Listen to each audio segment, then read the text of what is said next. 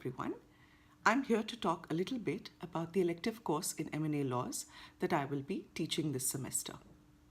Now, we've seen an exponential rise in M&A activity in post-liberalization India. And of course, lawyers play the critical, all-important role in how these transactions are evaluated, structured, and even implemented. So what do we mean when we talk about M&A or mergers and acquisitions? At its core, M&A is nothing more than the buying and selling of companies.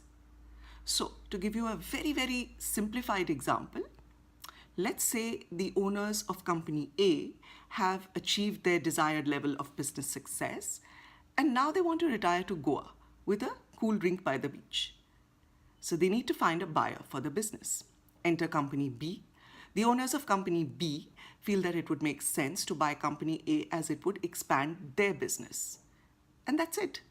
A classic strategic acquisition which falls within the broad umbrella of M&A transactions.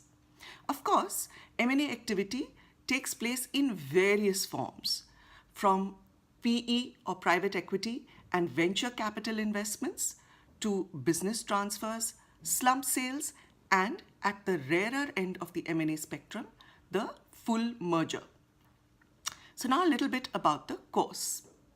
This course will provide the foundation to understand various types of M&A transactions as well as their legal framework.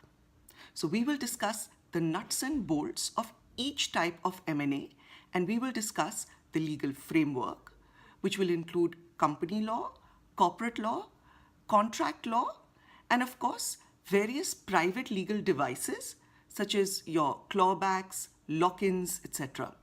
The course will also touch a little bit upon competition law and foreign exchange laws in the way that they are relevant to M&A transactions.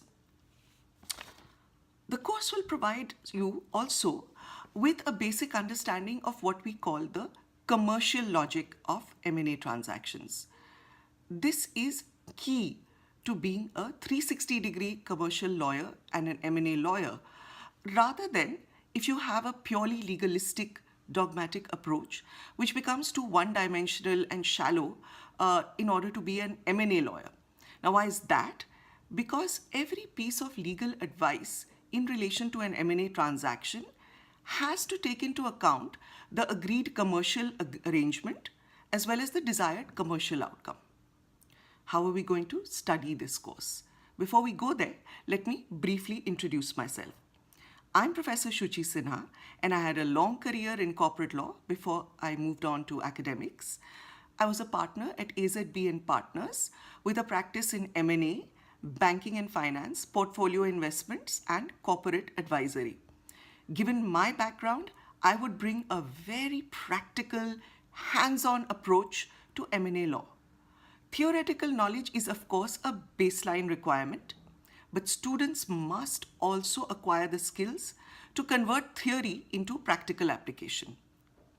So while the course will be taught primarily in the form of lectures and class discussions, these will be supplemented with a lot of corporate advisory, negotiation, and drafting sessions. Emphasis will always be on analyzing and translating the law into practice. So the aim of this course is to bridge the gap between the law student and the lawyer. If you know Harvey Specter as the best fictional closer in the M&A space in New York City, this could be your first step to being a good beginner and eventually a good closer in the real M&A space. Thanks for watching and all the best.